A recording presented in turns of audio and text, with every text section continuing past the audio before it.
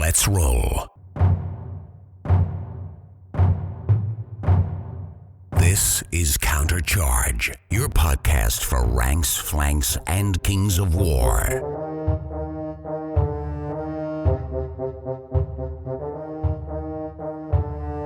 Join your hosts as they delve into the world of Panithor and bring you worldwide coverage of all things Kings of War. Welcome to Countercharge. I'm Richard Comstock. And I'm Rafanoff, and we're back again from the List Builder Studio. I'm going to say maybe the best player that nobody's heard of from Texas? I would always say that about myself, but probably not even that much. I would say maybe the biggest nobody. Well, Richard, thanks for coming on the show. We really appreciate you taking the time. Let's start off with, who is Richard Comstock? You know, that's a question I'm still trying to figure out. Reality. I am just a family man.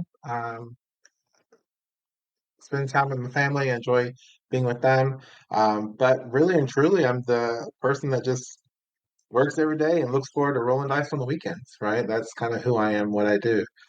A little bit of my origin story, I guess you said. So it's kind of strange for me. I actually didn't start playing any kind of tabletop, war game, D&D, anything until I was in my 30s. So growing up, never played any of those games. I may have played some fantasy, like video games like Dragon Warrior, Dragon Quest, things like that. So I always liked fantasy, but never was able to participate in things of this nature. And then I finally got with a D&D group, started playing with them, and then one thing led to another and started branching off. And then I had some friends that just said, "Hey, we want to play this great game, Kings. You want to play with us?" And I was like, "I don't think so. I don't do war games." They've tried to make me do Warhammer one time. I didn't like it. I was like, "I don't know." And what they did, they were smart. And this is a tip for anybody who wants to get a new player involved. They bought me a unit from a faction I thought looked pretty cool and said, "Here, we'll play now." And then I started playing with their units and putting my stuff together. And then one thing led to another. Next thing I know, I'm sitting in a game store in Austin playing folks like Chris and Lex. And from there, it just got to be a little bit more competitive. And was that the Dragon's Lair store, or which store was that? Yeah, Dragon's Lair and Game Castle. There's two of them in Austin. So Yeah, I've been to both. They're awesome.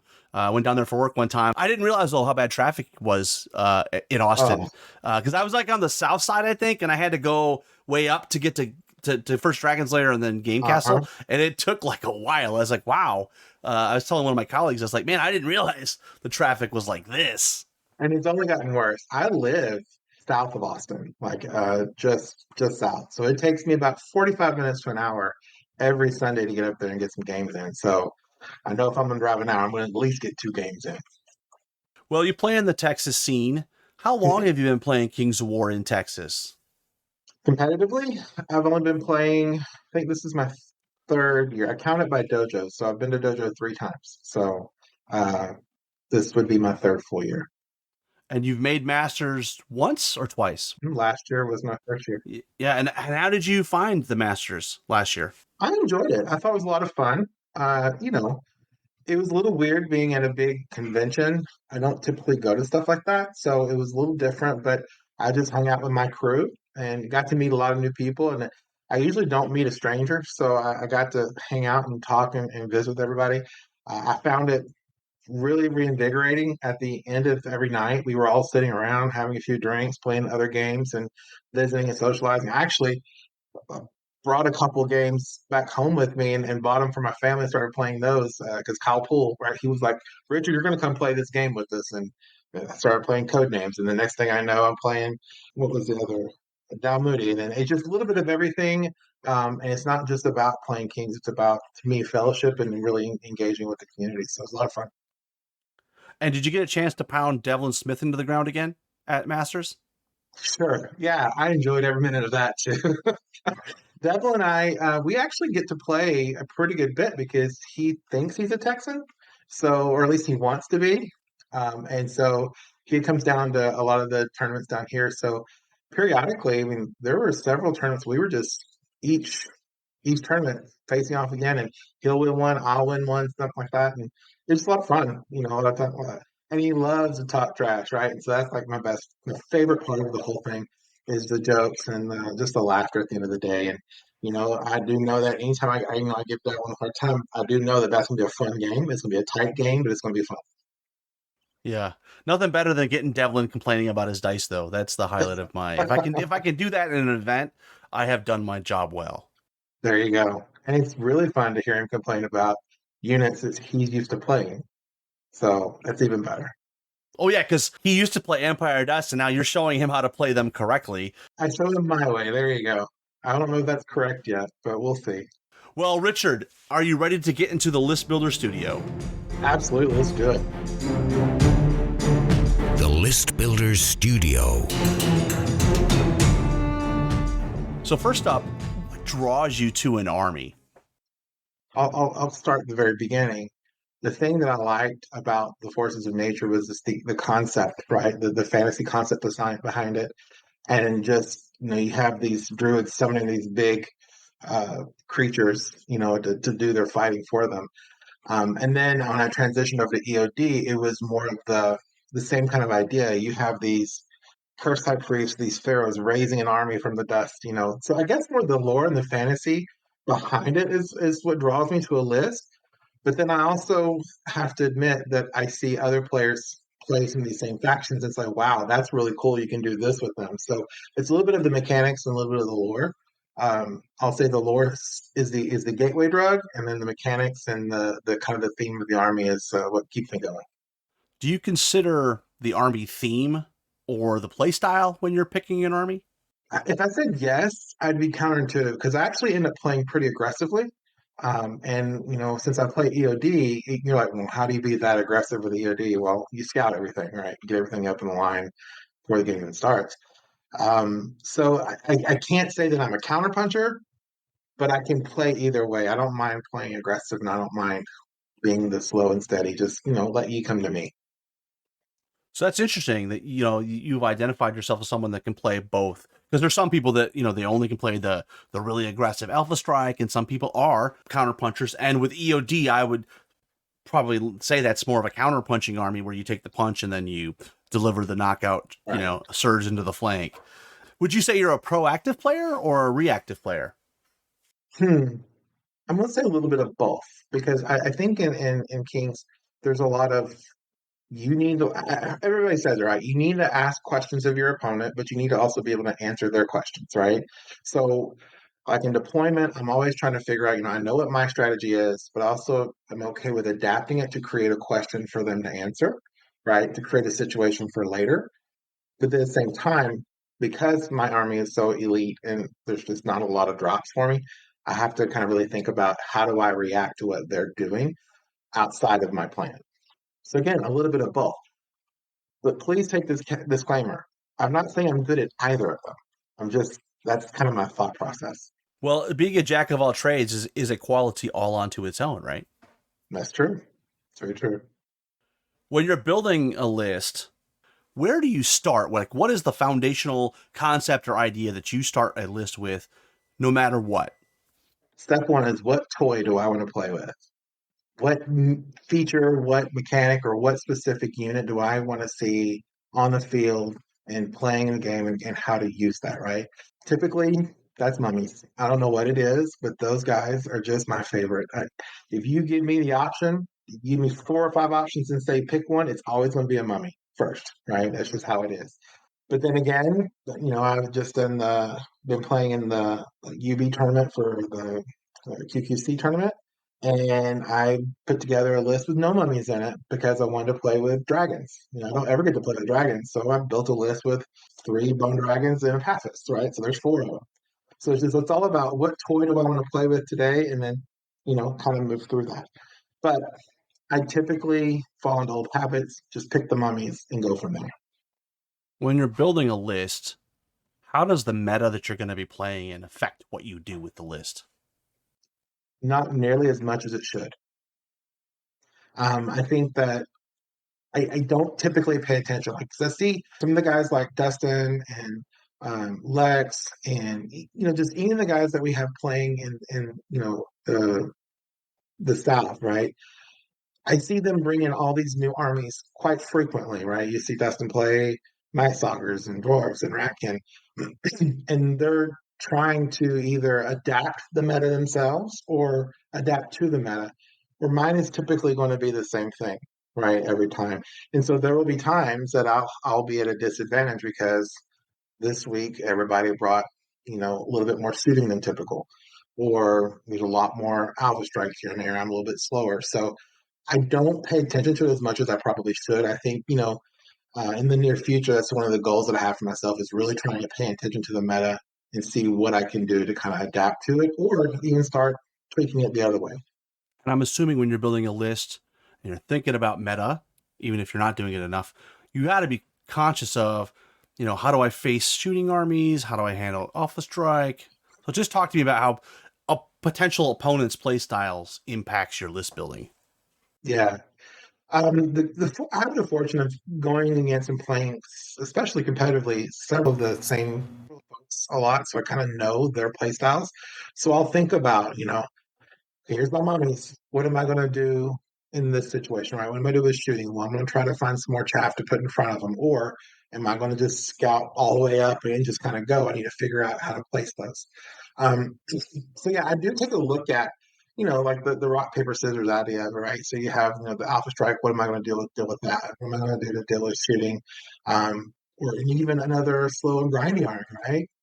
The worst thing for me though is having to deal with another surge army. I just struggle with that so much. So here's a tip to everybody: if you want to do well and beat me pretty easily, bring a surge army because I'm not going to think about it. Um, but yeah, I mean, typically I just try to find different tools and different units that can be used for that purpose. That can also do another job, just depending on what units I'd like to put in the army. How do you incorporate universal battle into your list building process? A lot, actually. I will go in there and it sounds sad, but I'll try to scope it out, see if there's anybody else kind of set up in there. And if not, I'll go set up just a test room by myself and just start putting units on the table and try to figure out deployment and movement, first turn, second turn, that kind of thing. Um, I'm pretty bad about grabbing, if I know my first round opponent, I'll grab their list and kind of pit them against each other just to see kind of how it goes. So I'm not above playing by myself in UV, but it's a tool. I think it's a definitely good tool to use. I played more during the pandemic, um, you know, with friends, but not competitively. This is actually the first time I've played it competitively. I don't know if I'm a big fan or not. UV dice just feel very odd. Talk to me about the flexibility that you try to build into your list. I subscribe to the adage that everything in my army can be chaff and it will be chaff eventually, right? So I already know that. The other thing is that I think about how am I going to play the scenario with this army? You know, are the mummies there to hold objectives or are they there to try to hold the line, right? Which one are we doing? Is my bone giant going to be positioned in such a way to start, you know, um, attacking, or do I need to get him to run across the field now that we have the command dice? Or we're going to run across the field with him and try to score a point later. So I definitely look at ways that I can use them differently, and I'll try to position them like in deployment or even in the list itself to kind of see if there are multiple jobs for them to do. But I tend to stick to their main job is just go forward, hit something, and live longer than them. Yeah, it's interesting, having a unit and you have a primary role for that unit. And maybe there's a secondary role, but if the game is going well, you probably won't get to that secondary role because it means you're winning, right? So, Right. You mentioned deployment though. I'm assuming you have an idea built in your head. You've designed a deployment scheme for every army while you're building the list. Mm-hmm. What's that look like? I mean, is it prescriptive in the sense of like I'm going to put this guy here, and 40, Eric Trowbridge is famous for having a ruler out and actually measure out where everything goes, so he knows geometrically it's exactly where it needs to be. Or are you more of a fly by the seat of your pants guy and just you have a general idea, but it's not quite nailed down? Yeah, I'm a wing it and fling it kind of guy. So I'm just I'll think about it. I have an idea, but then when I get to the table, that idea is out the window, right? just because the terrain may be different, or I might be trying to hide something.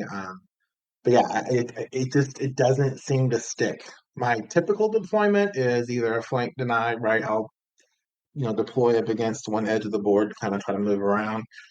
Sometimes I'll just center up in the middle and just kind of turtle up and move forward. It just kind of depends.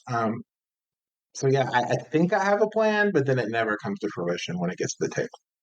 How do you pick what units you're going to drop first when you're deploying? I always drop the monolith first. Because if you're playing EOD, you're gonna do that, and the reason for that is because it allows me to be flexible with where I need to deploy depending on what my opponent does.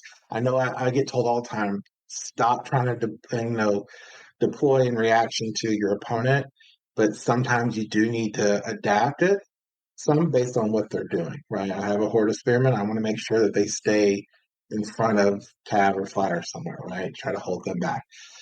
So I do find ways to put a unit. I get units that can be fudged a little bit here or there, right? If I need to move the monolith, okay, not a big deal. First round because he has such a long range. Um, but yet the slower units, I'm going to make sure that I'm positioning them in my correct spot, right? Like I know they're going to go here for this reason, so that one will stay. Um, so yeah, I try to always find the things that can be flexible. When you're building a list and playing the game, are you thinking about combat groups? Not nearly as much as I should. No. I see other folks do that, and it looks really cool because they're like, yeah, this unit will go to this block here and this block there and these heroes here. And I'm like, I'm just going to put it where it fits and where it seems to make sense at the time. And it typically just kind of moves itself, um, works itself forward. So just keep it together and run forward, hit something. That's going to be my answer to most everything. Just move forward quickly, hit something, and see what happens. When you're picking units, do you have like a preference that you usually lean to a horde, or do you use regiments more than hordes? I mean, do you have like a rule of thumb that you in terms of unit size? Um, well, since I love Mummy so much, it is regiment, just period. However, if we were to ever get a horde of mummies, I would table that in a heartbeat. I mean, it would be, let's do it. Give me as many as I can put in the list, and I'll do it. Don't think that'll ever happen, but I say my prayers every day, and I, light a candle every day in the hopes that it might happen. Well, let's talk number of drops because that's probably something that you're thinking about. But just tell me how the question of how many drops to have informs your list building. I try to keep it around 13 to 14 drops for about a 2,300 point list. Um, it just again depends on what tools and what toys I want to play with that day. Um, but it's typically 13. That's usually where I stay. I try to keep it to a minimum of 10 scoring units and the rest of the support individuals. I'm okay with individuals. I like them. I think, for my army, they work well. Um, so you gotta have them in there. So, but still try to keep about 10 scoring units. Funny you jumped to my next question, which was about the difference between how you balance scoring units and individuals. So you're not queasy when you're thinking about bringing a bunch of individuals that don't have scoring. I'd never bring more than you know, 2 to 3. I mean, I'll bring a pharaoh with elite for my mummies. I'll bring the wonderful army standard bearer for the strider, right? And I potentially could bring a um, cursed high priest every now and then. Um, but that's really the extent of it. There's really nothing else that adds value to the army that I need, because I already have the inspiring covered. I already have spell casting covered. I have the long range stuff with the soul snare. So I don't really have to have a whole lot, but I do need to have those core two to ensure the army works the way it needs to work. So along with the number of drops, the next obvious question is, what about unit strength? I think my unit strength, when I look at this list that I've got here, it's only 21 unit strength with 14 drops. So if because EOD and again the army that I play is so survivable, right? I can keep my unit strength on the table, whereas my opponents may not be able to, unless I do something stupid, which is not unheard of, right? So I still have a good bit of units at the end of the game to make sure I score the points that I need to score.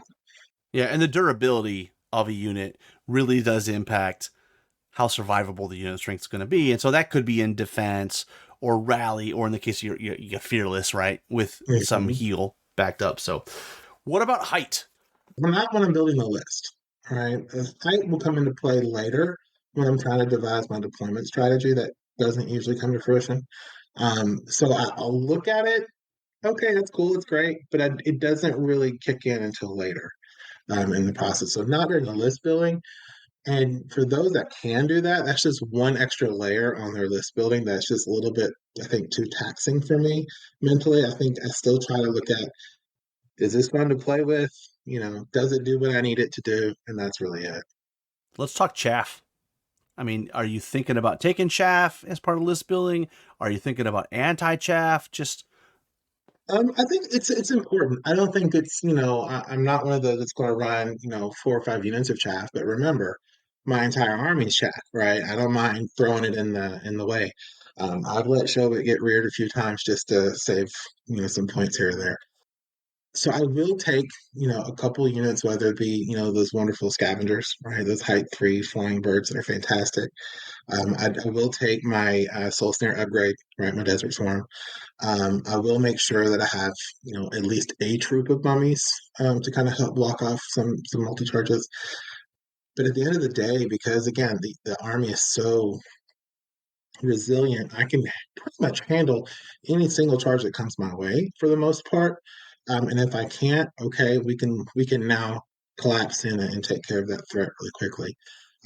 So not a whole lot of chaff, but I definitely want to make sure I have chaff in the way to either score, get in the way, or protect something else, whether it be from screening, from shooting, or something like that. yeah, and I assume playing EOD decreases the need for some chaff, right? Because you are a counterpunching army. They're going to punch you. You're going to punch them back. You're not, trying to get the alpha strike in, and where if they have chaff, it's a problem. So maybe down the road when you switch to a different army, chaff may become more important, because a lot of horde armies, they say everything's chaff, and 100% that's true, right? Like a goblin rabble, who cares? Just it's chaff, right? So let's talk inspiring. How much of it do you put in a list, or do you not even think about it? It is what it is. I don't think about it as much, I think, as most people say they do. Just because, again, the faction of play, it kind of is inspiring rich, right? We have Shobek, Monolith, I have the Pharaoh, I have the Standard Bearer, and now I got the Cursed High Priest who's going to be inspiring some too. So I don't really think about, you know, oh my God, I got to have more inspiring. It's really more of a what else can I have this individual, this unit do for me that I don't already have. So it's not as important. Now let's switch over. Say I'm playing Forces of Nature, right? I want to make sure that I have enough units to inspire wherever they need to be, right? I played, the scouting shambling army, right? So put all the four shamblers up in front, put me a Wilt Father up there, give me a druid or two, a Glade Walker druid, right?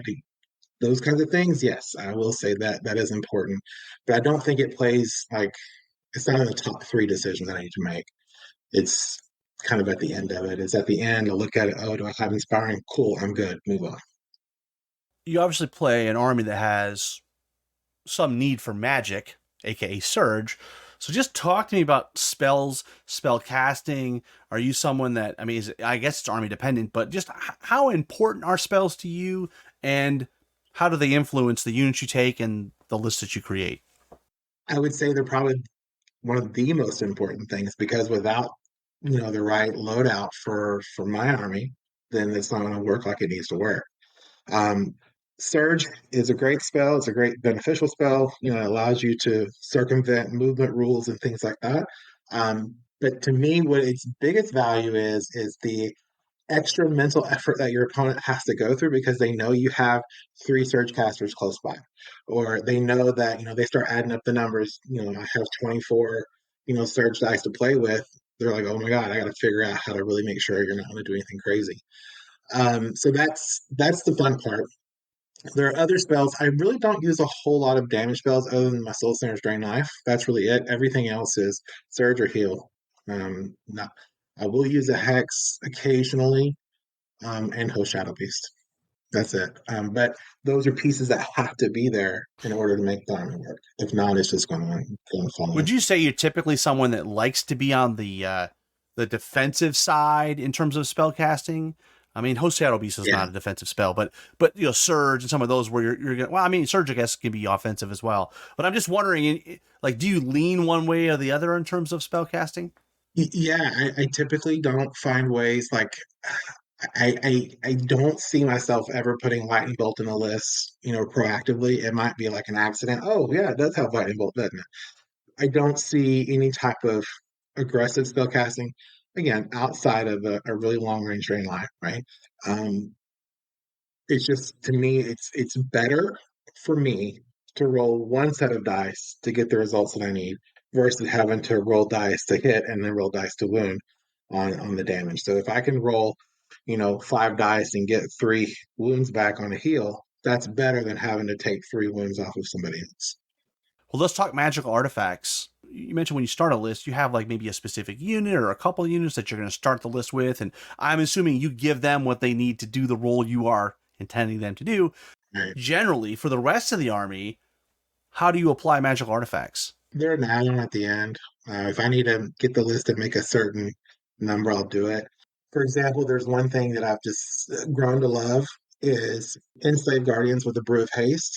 And you give me a 14-inch charge on some Enslaved Guardians, people aren't thinking about it. It's fantastic, right? It allows them to get caught up with the rest of the line.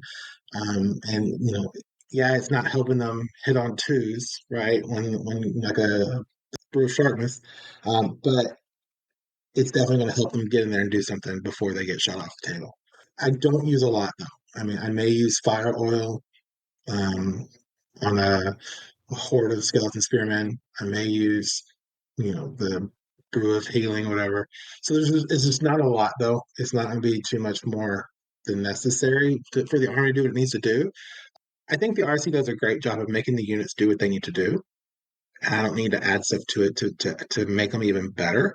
I like certain play styles and certain things that some items give us, and that's really it. Half the time, I won't even use the boots of striding. I mean, it just doesn't feel necessary. Well, that's a great segue into terrain. Boots of striding are a great way to mitigate the effects of slowing down your unit. But when you're building a list, are you thinking about terrain and how your units are going to interact with terrain and either magical artifacts or trying to find units with Pathfinder? Just talk to me about how terrain informs the army that you create. I think that's my number 2 or 3 on my list of building, and I'll probably repeat that 3 or 4 times. Say something else is number 2 or 3, but I think terrain is so important because it can keep you from seeing something. It can reduce your hitting power. It can slow you down, right? There's a lot of things that terrain does in a movement-based game that can just mess up your game if you're not thinking about it. So I do find units, for example, Standard Bearer with Strider Aura, right? That's fantastic. That bad boy is going to stay right behind those mummies as they scout into the woods. If we're playing player place terrain, there will be forest right in the middle of the table for me, just because that's how that works. I want my mummies to get into those forests as fast as possible and let somebody come charge me or charge out of them with my Strider Aura. So I think terrain is probably if people aren't thinking about terrain as much, they're either playing an army with Pathfinder completely, which I've done that with Forces of Nature, or Herd or something like that, giving terrain and the aspect of movement in this game the amount of respect it deserves because I think that is where the game is played. Everything else is fun; it's just dice and things like that. But if movement is not correct and right, then you're not going to win the game. Well, and on that note, in terms of movement, which I agree it's a huge part of the game along with deployment, right? How do you account for speed in your list building? You put stuff on the table that doesn't die. That's the best thing I can do with my play style. The other thing is find ways to move your army in a way, for example, take your regiments and put them in a little bit of a V to where they can't get multi-charged as easily, right? Try to find ways to give your opponent single charges, not multi-charges, or find ways to block people off from being able to charge you, right? Maybe position yourself to where they can't hit you in the flank, things like that. But that's at that point. The other option too for speed is just give everything scout. If you just give it scout, the whole army moves up. It's faster than everybody else, or just as fast, right? So now I can do what I need to do and put myself in a position to control more of the board space. And keeping that thought process, what about flyers? Oh my goodness. um, I think they're a really cool concept to have on the table. I have a hard time with that. I'll be honest. That's probably the one thing I need to work more on, is to really pay attention to how to deal with flyers. For example, Lex and I, we practice a lot together, and one of his lists, he has these two flying demon princes that are going around, and they will wreak havoc on my line if I'm not careful. I think you can deal with flyers in your list building, but really and truly, the best way to deal with flyers is in proper deployment. That's good advice. Let's talk scenarios. When you're building your list, I mean, you are playing in Texas.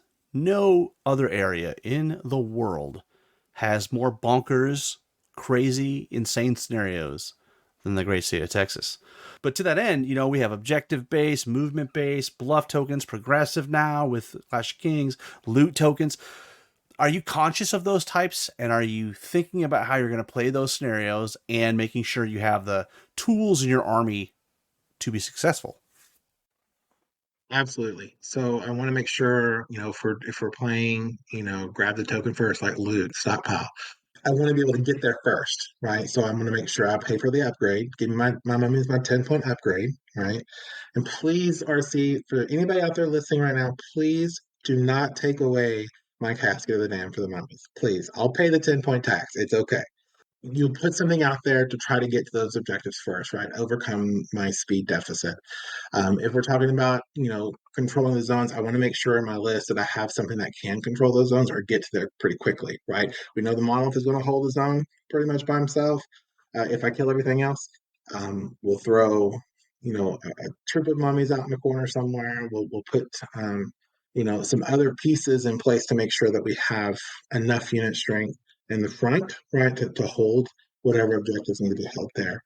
Um, the one that gives me fits, but I love to play, are any of the bluff tokens, right? Smoke and Mirrors, Fool's Gold, those are so much fun. Just because you can't turn it into dominate, right? Like you do everything else. Dustin and I, he best piece of advice he ever gave me was play everything as dominate and you'll be fine. And it's true, it's worked almost every time. But in the world of crazy scenarios down here, you never know what you're going to get, right? You might get a scenario where your vision is obscured, so now you can only see 6 inches in front of you, or strange things like that. So they're fun.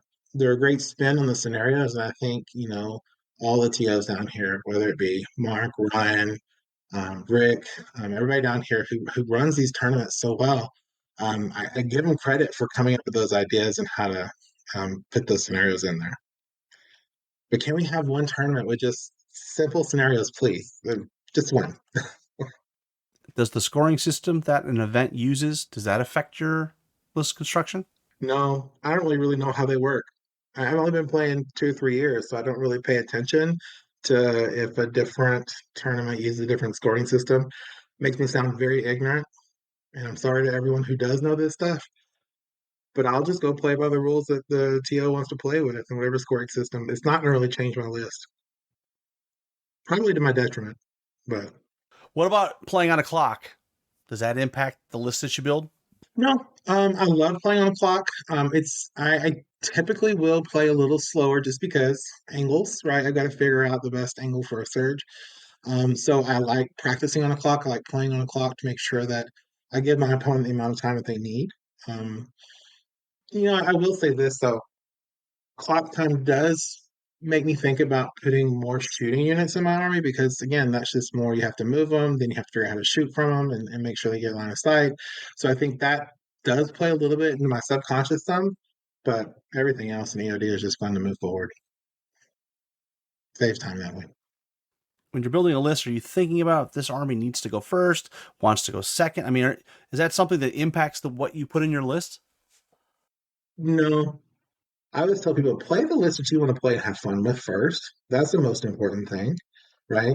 And then decide, based off of your play style, how you play, which way you go. To me, the scenario and my opponent is what will determine if I want to go first or second. If I'm playing something like Control, I want to go second. But if I'm playing an opponent with a lot of shooting on their list, I need to go first and I need to scout everything and I need to go, go, go, go, right? That's as fast as you get there. So it just depends. To me, it's more on the scenario and playing the game versus just building the list. Does the amount of points you're going to play affect the type of list you build? Yes, I say that. But at the same time, I built the same list at 2,500 points and I built pretty much the same list down at 2,100. Just take a few of the toys out, fewer units of mummies here or swap out a, you know, reanimate behemoth for a bone dragon if I need to, that kind of thing, or not a bone dragon, but a bone giant.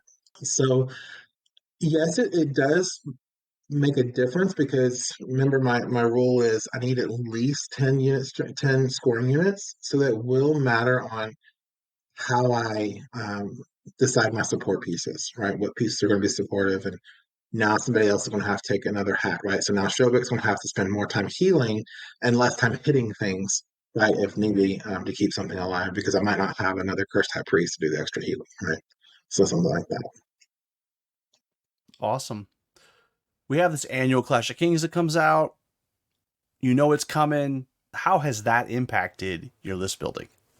I know things are coming, right? I'm always curious to see, like, okay, what's the next big change? And I'll be honest, I was kind of disappointed this last Clash. We didn't really get anything in ERD at all, which is also a blessing, right? There are no nerfs, so we're just going to leave it alone and not complain too much. Um, but you see a lot of the other cool stuff that some of the other armies get and the things that they get to do, um, and that's kind of cool to see kind of I really pay attention to that more of how am I going to adapt my list to ensure I'm covering my bases there, right? So now with the new Force of the Abyss changes they have, I've got to figure out a way to make sure something dies. Because believe it or not, sometimes they can outgrind me, right? With some of the new command rerolls, right? On rerolling the regen. Well, you've got the Nagari that gives them a 4+ regen on lower abyssals, for example, and then you can re-roll it. So 4+ re-rollable? I mean, that's a pretty resilient unit. Right. Oh yeah, Lex and I actually did the Naughty or Nice tournament here in Texas, back at Mark's house, and our units were I brought the mummies, he brought the Nagari and the Force of this. It was fantastic. That's so gross. So you're both naughty, is what you're saying. Oh yeah, oh yeah, we were disgusting, but we didn't win either, which is really funny. There were people that were more disgusting there than we were, Dustin. But it's all good. It's all fun. We like it. We wanted to try to see how that synergy worked together, and it worked very well.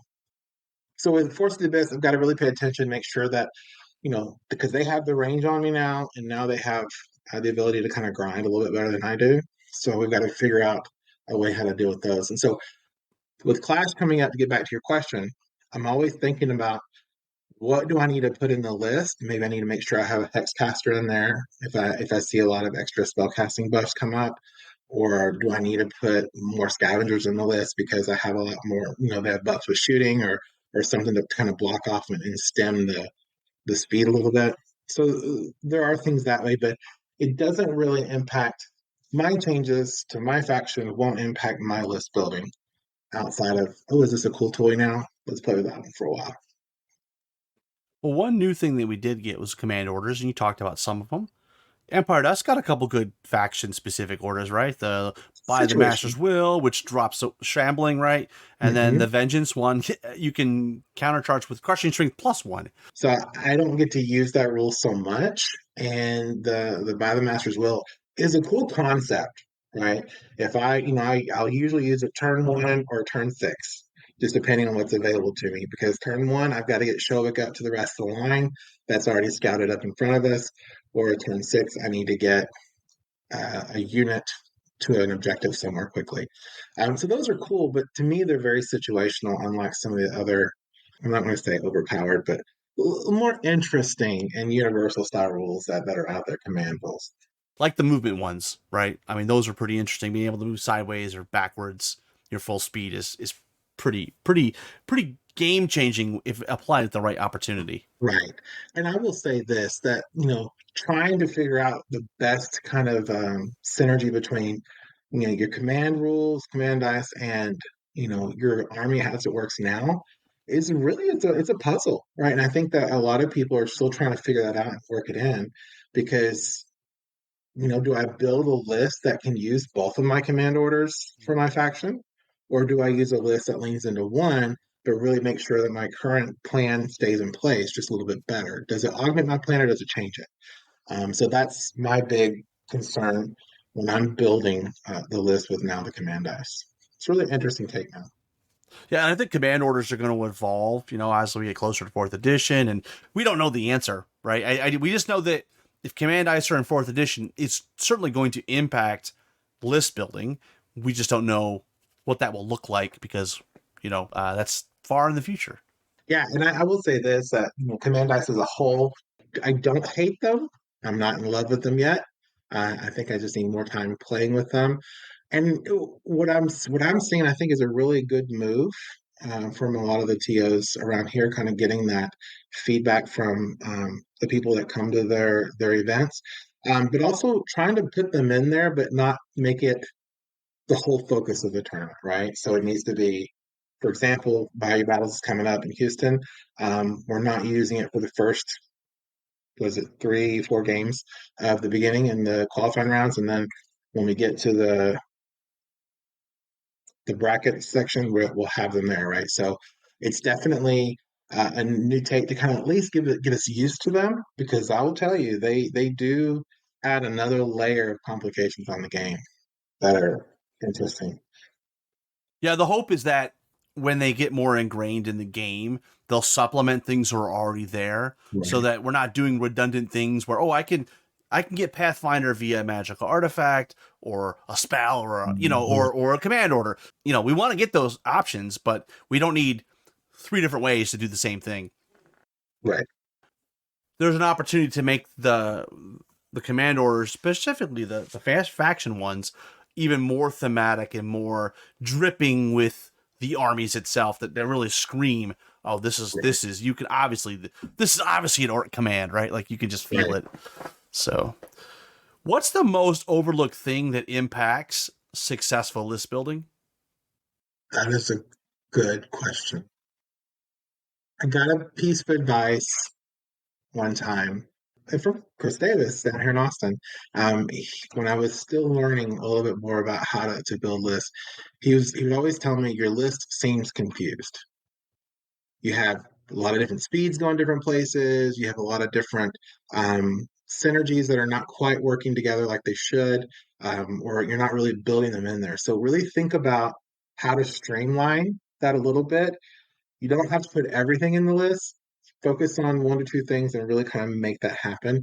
So, while we all want the great toys and things, I think synergy and the overall function of the list needs to be in the forefront of the mind. If a new player is building a list, what's the most important question they should be asking themselves? What am I trying to do, really? Like, what is what is my army trying to do? What do I want it to do? That's the number one question. And from there, that should help you decide what units you need to put in there. And then the next question is how do you unlock to get those units, right? If you need to. Well, you've been playing for several years now. How has your list building process evolved since your start with Kings of War to now? It's actually moved. I would say it's gotten better. It's gotten faster. I'll tell you that. When I was like, oh, let's throw a list together, let's think about this. It's 15 minutes versus 2 days, right? Oh my gosh, I want to make sure this, I got to figure that. I got to analysis paralysis isn't as much of an issue now. But again, I don't play a lot of variation in this. So I'm one of those that I find what works, I stick to it, and just kind of keep it going. Um, but I think, you know, when I first started, it was very much so trying to get these big expensive units in there, try to find something that does everything and the Death Star approach to stuff, right? Um, that was my big focus. And then later I started to learn not everything has to do that. Everything needs to be able to work together, right? There's no I in team, right? So the Army's a team. You make sure the team works together like it needs to work, and everybody has their position to play. Look at me acting like I know sports stuff, but there you go. That's it. That's kind of how you go about building a list. Now let's jump into a specific list. You've got an EOD list for us. I'm assuming it's 2,300 points because that's pretty stock standard here in the US. But give Yeah. us a little idea of where this list came from. Where did it originate? This list was originally designed to for masters, right? So I qualified, and I was like, okay, I need to figure out something because I know there's gonna be a bigger diversity of list types when going there because again, we're not playing, everybody in the South plays melee or long range shooting. So what do I need to account for? And that's where I started thinking, okay, what's my core? I'm going to play with my mummies, of course, and because I think they're the best unit ever. I don't know. I could probably fill the whole table full of mummies and be happy. So with this list, I started with what's my line going to be, and I'm going to have some mummies, right? So I picked up two regiments of the mummies. Got to have the casket, right? It's a 10-point tax. Got to have it.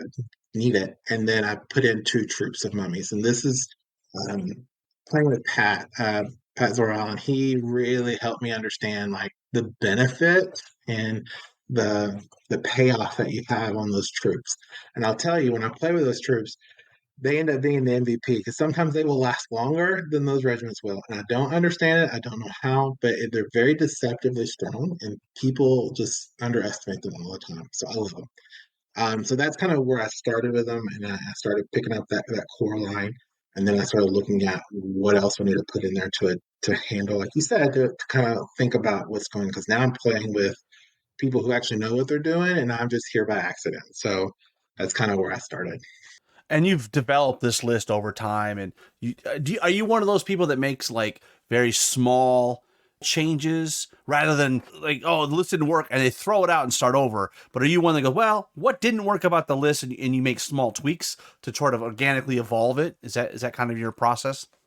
Yeah, I know the standard advice is to play what 5 to 10 games of the list before you start making changes. I can't do that. My brain doesn't work that way. It doesn't let me. I know what my core is, and so I will make tweaks to a list to say, okay, well, maybe this item would have worked better here. And the number one rule that I've always found since, when you want to learn to get good at something, you ask people who are good at it. So after every one of my games, I always ask for feedback on my list, or I ask for feedback on my play style to kind of see what I can do differently to get it make it better. And I've gotten a lot of great advice on how to tweak small things to see what works best, kind of like the butterfly effect across the list. An example of that is, when I took out, I had two, I think they're regiments of the scavengers, the wonderful birds that we have in EOD. I took them out because I really needed to have that Cursed High Priest combo, right, with that Celestial Restoration in there at the time for Masters. And I think that really helped things like my Bone Giant stay alive longer because I could heal them from further away. Um, while I did And, lose out on the did you have task. conjuring staff on him too? Did you have I did. conjuring staff on him? I You did, did. yeah.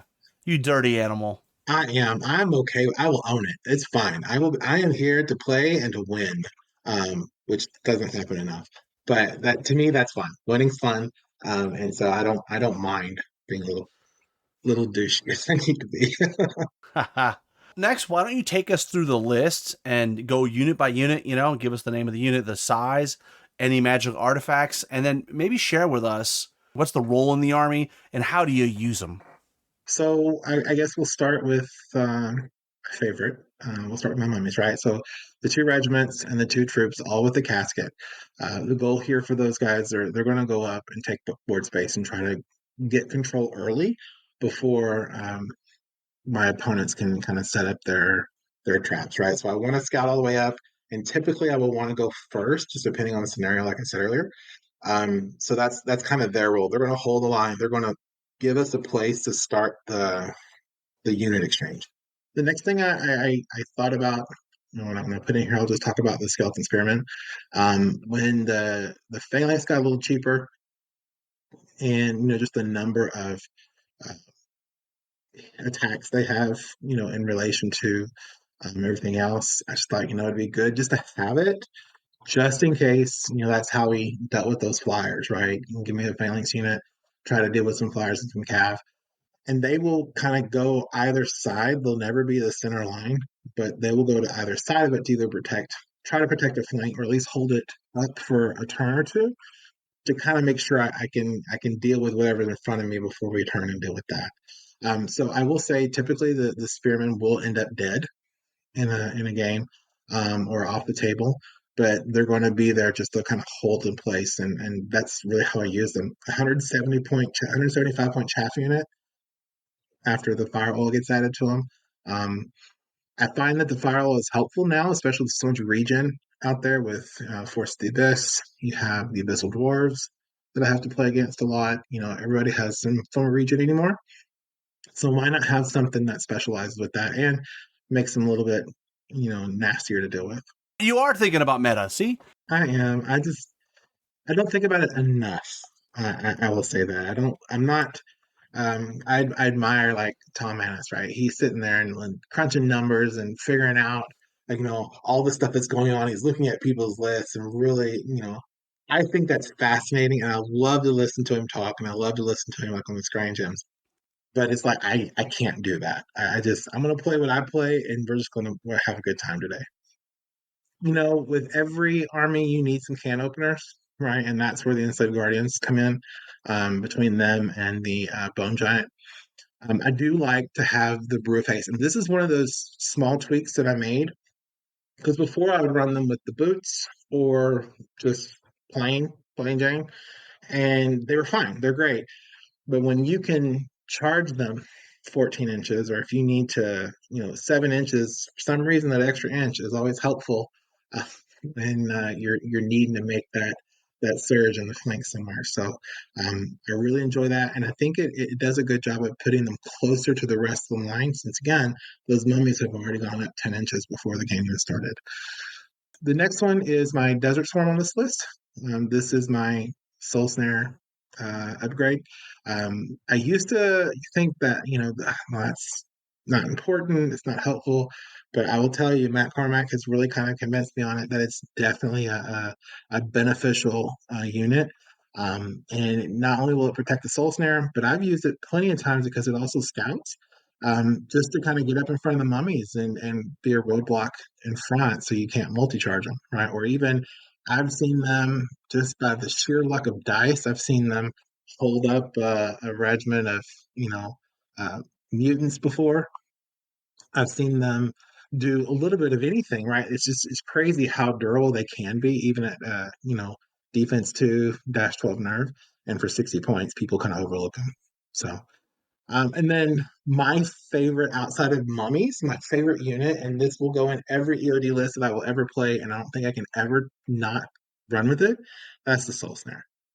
More people complain about my Soul Snare than they do the Monolith, which is always fun. I always get a good laugh when I hear someone say, "Oh, the Soul Snare is just so broken." I don't like that. It just breaks all the rules. It's not fair. It just it makes my heart grow darker every time I hear it, and I enjoy every minute of This would be a good time to tell us how many drops and what's the unit strength on this list. it. 14 drops and 21 unit strength. You can get lots of drops, or you can get a lot of big things, and I do like the big things here. So the next one is, after the Soul Snare, you'll see the Bone Giant, and it will run with the Slayer rule.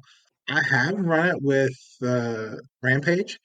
Um, I don't get as much out of it on the Rampage side as I do out of Slayer, just because it can help with other giants. It kind of helps with dragons. It really kind of helps either stop something, or even like puts the nail in the coffin of a unit I'm dealing with. So I really, really like that. Well, you got all that crushing strength. You want to apply to things that it's going to be impactful on. Right. And typically, like the defense 6 units, the big heavy hitter guys are going to be bigger, right? And so you're usually better off with Slayer on any kind of giant type of character. But if you got multiples, then maybe it makes sense to work a Rampage one in. I can't let go of anything else just to put another one in there, but I've toyed with the idea. I just don't know how I want to do that yet because it's like I want all of this and I can't give up anything. Um, so yeah, the bomb giant. I will say this though, I can see the value in the rampage when you're running against something like dwarves, right? Because those defense six. But then I look at the rest of my army. Most everything else is crushed too, so we're going to deal with them over time. They can't hit back as hard as I can, so unless we're using command dice now, right? So I think on the defense six side for like the infantry stuff, I think we got it covered. So you're right. I would rather all that crushing strength on the big stuff. So the one thing that really makes EOD stand out to me is the monolith. And that's something, again, being unit strength 2, having that buff, being able to cast 24-inch range, no line of sight, can't be disordered, it inspires. It's just a beautiful piece of equipment to use in this faction. And I don't see how anybody can not run it if you're running EOD. But if you can, more power to you. I don't see how it's feasible. It's such a good all-around unit. And then we start looking at some of my heroes, my individuals. We have the Pharaoh. Because I run mummies, I definitely want the Eternal Guard. Give me some surge on that one with Host Shadow Beast. Right, I'm happy there. I'm okay with only doing Host Shadow Beast 3 and not taking the spellcaster upgrade because again, afterwards you're basically ending up with a Pharaoh that has 9 attacks. Right, so they're hitting as hard as almost as a dragon in an individual form. People hate him. I've seen a Pharaoh go through and just wreak havoc in a line while I'm grinding on the rest of it. So um, it's a really great tool, and I never will have an army without one. Um, I've been challenged to try to find an army with 2 or 3 of them in there. Um, that's been an interesting exercise in futility on my part, but I think they're really, really great hero with that defense 6. In the high nerve is just so good for the army. Standard bearer. When I listened to the review where you guys were talking about the Clash updates, where the Giants got the unit strength 2 and all the standard bearers got an aura. When I heard that we got Strider, my heart just I was so excited and And erupted that it includes because mummies. yes, right. They didn't put the stipulation on it. It was just infantry. I was just so happy. I was like, that's it. I've got to run that. There's no reason why I should not run that. And it's fantastic. There are rumors about that may not be the case for long, but you know, It's in there now. it's in there now, and I'm going to use it as long as I can. And if there's anybody I need to bribe or sweet talk, let's talk. I'm not above. Well, I don't think Matt Carmack lives very far from you, right? No, he doesn't actually. I know where he lives too, but Matt is usually very professional, so he won't take bribes. I've tried. And Curse High Priest is the next one up for this one. So this list does break some of my rules, but for the most part, him being in there is just for that celestial restoration. Right now, it still works with the command dice, so it'll be a good tool to play with to kind of keep things alive. And then last but not least, certainly is Shobik. He's in every list. I think, like others have said it on some of the reviews and list builders, you got to have your monolith, your Shobik, and your Soul Snare. Those are standard. They should, when you open up a list in Companion, that should already be in there for you, right? It is Click what it like the is. competitive button, and Yeah. those are the first 3 things that show into the list. And when I go to a tournament that says no legendaries, I almost decide not to go. Right, Naughty or Nice was one of the tournaments. It was funny. They were like no legendaries, and it was just like, are you kidding me? What's going on with this? But Lex like, don't worry, I got you. We got a plan together. So They make up for other ways to make filth yeah, by letting you surge and regen things that shouldn't be able to have those things. exactly. Or give us very very broken creatures that we can use that are special characters that you can choose from that do 3 or 4 different things at once or don't take any wounds. It was a lot of fun. So Mark, I know you're listening to this. I had a blast there. Don't listen to my complaining. But everything else is great. What armies have you found your army struggles against?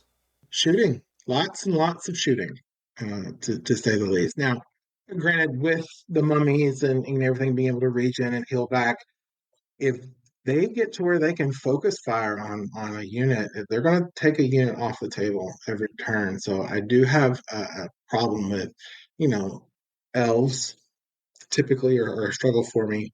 Um, the Raccoon list that have like a ton of shooting in them, the dwarves that have a ton of shooting in them if I can't get into combat.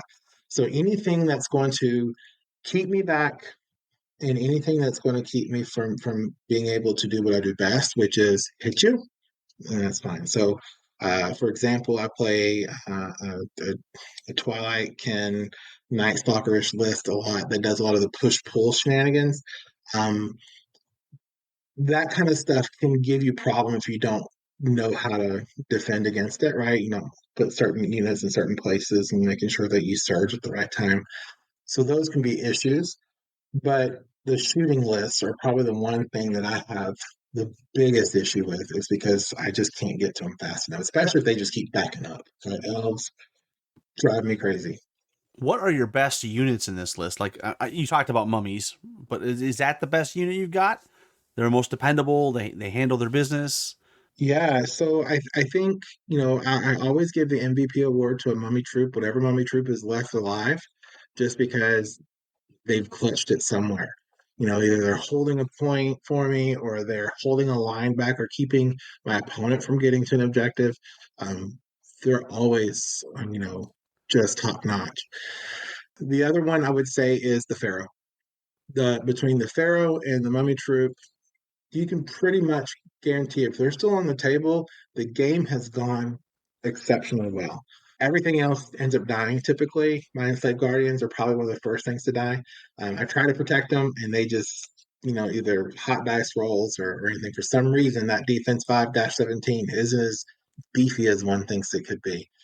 Um, but Shovik is also another big plus. So I like them all. I mean, that's the problem. They're all really great. They're all fantastic with what they do. But I would say that Mummy Troops and the Pharaoh are the MVPs. What scenarios is this army good with? Stockpile. That's my favorite. Let me get up there, scout there. I'm going to sit on those objectives or those tokens, and we're going to collect them, and we're going to get them. Control can be a problem because I can't spread out. But you know, as long as I can pick my 4 squares, and that's where I'm going to go, my 4 sextants, that's kind of where we'll be. At the end of the day, we're not winning big, no matter what scenario we play. We're going to win, you know, by 1 or by 2, and that's okay.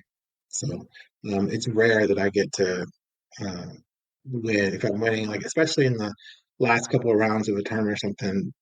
It's going to be by little margins. I guess another scenario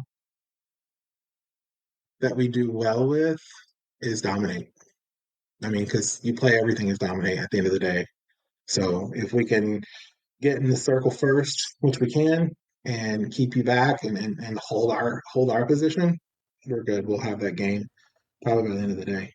Well, and if you're surging forward and you have a bullseye on the opponent, you know where they're going to be. It makes it a little easier. Yeah. What's the future hold for this army? I mean, do you have new units ready to go in this army? Do you have some tweaks you want to try out? Just where is this army going to go in the future? You know, one of the things that I've been thinking about is drop the enslaved guardians, right? Get rid of them, figure out another mummy regiment to put in there, or maybe another bone giant if I can find the unlocks.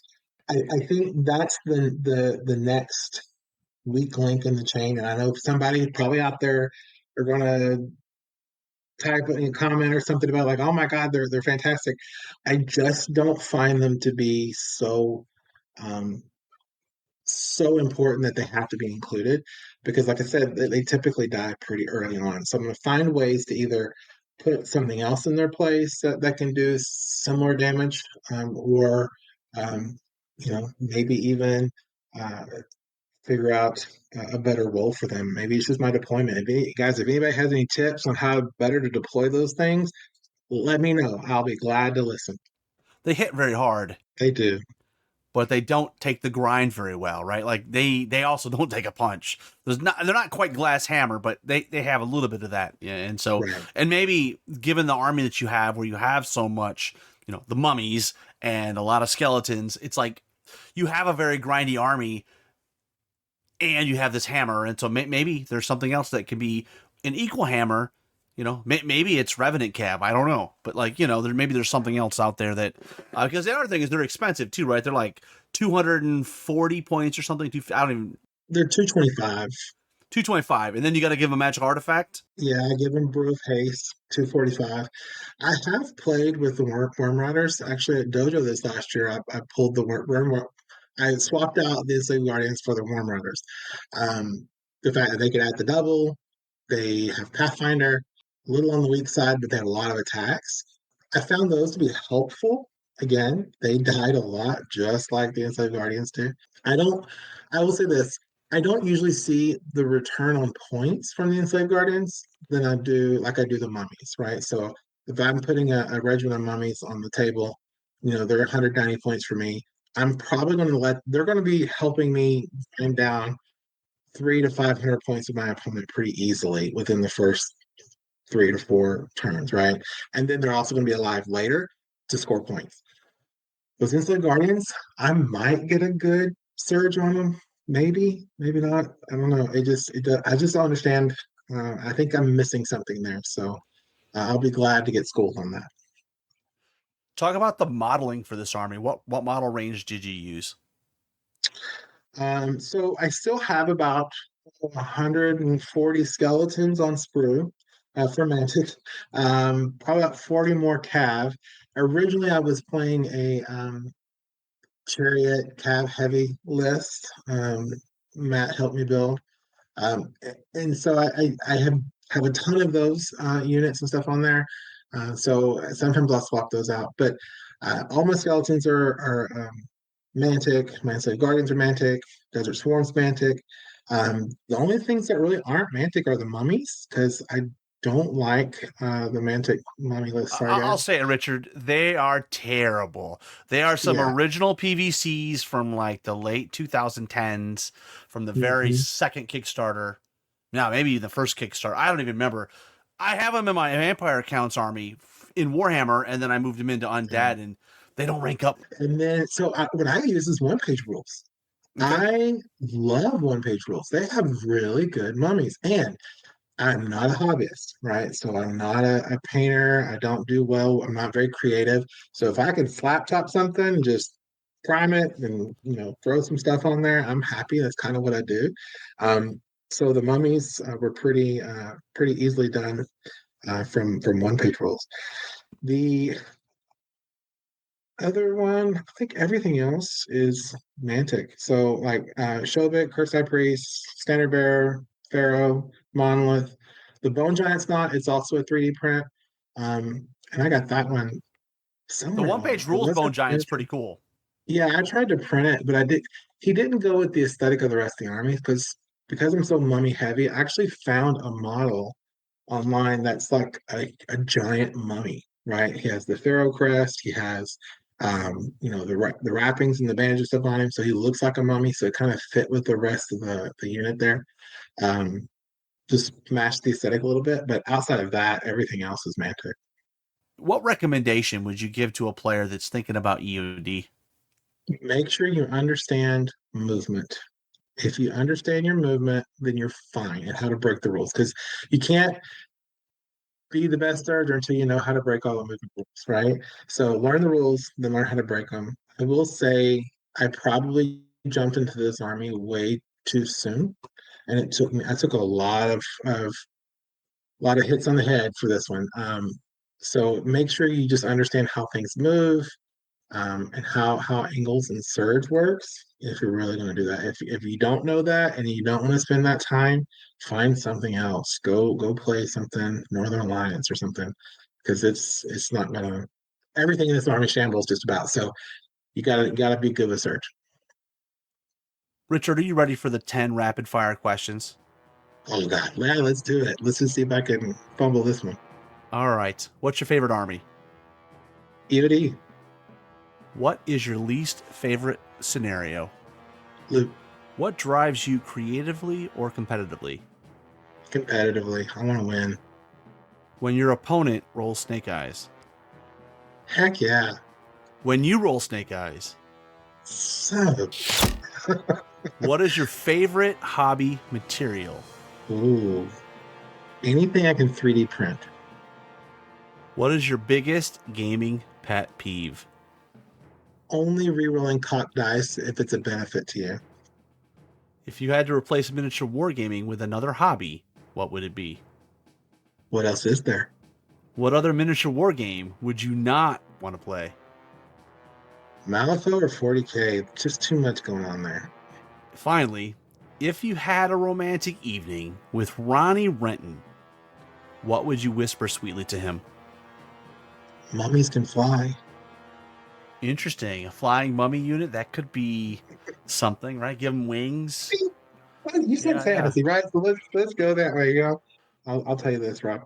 I've got boxes over here full of Northern Alliance. I've got models that are built for the Northern Alliance faction. I really want to do it. Like I've committed myself to doing it. I just don't think there's anything more fun than playing with an EOD army. I know there's more in the faction that I haven't really uncovered and really kind of learned. So I just got to keep playing it. It's a army that's been around a long time. There's a lot of depth there. Mm-hmm. It's got a lot of different builds. I know that some people have a notion that there's a certain effective build that rely on the big three central characters, but like you have so many different options in that list, right? You mentioned chariots, right? And they may not be the most effective, but they sure as hell look cool on the table when Matt shows up with, you know, a gazillion chariots and just runs you down. Yeah. Well, thanks for coming on, Richard. We really appreciate you taking the time. Like I said, I know it's hard to find some free time to do this, but I think a lot of people will learn a little bit from what you had to say, and EOD players in particular, right? Yeah, absolutely. Well, thank you for having me. I had a blast. I'm always about talking, and anytime I get to talk is a good day for me. So thank you. I appreciate it. So with that, folks, no matter how dire things get, do not forget, you can always countercharge. Thanks for listening, and we'll see you next time on Countercharge. Please let us know what you thought of the show by emailing us at counterchargepodcast@gmail.com, on Twitter @countercharge15, or by commenting on the Countercharge Kings of War podcast Facebook group. If you enjoy the show, you can help others find out about it by leaving positive reviews on iTunes. Until next time, keep countercharging.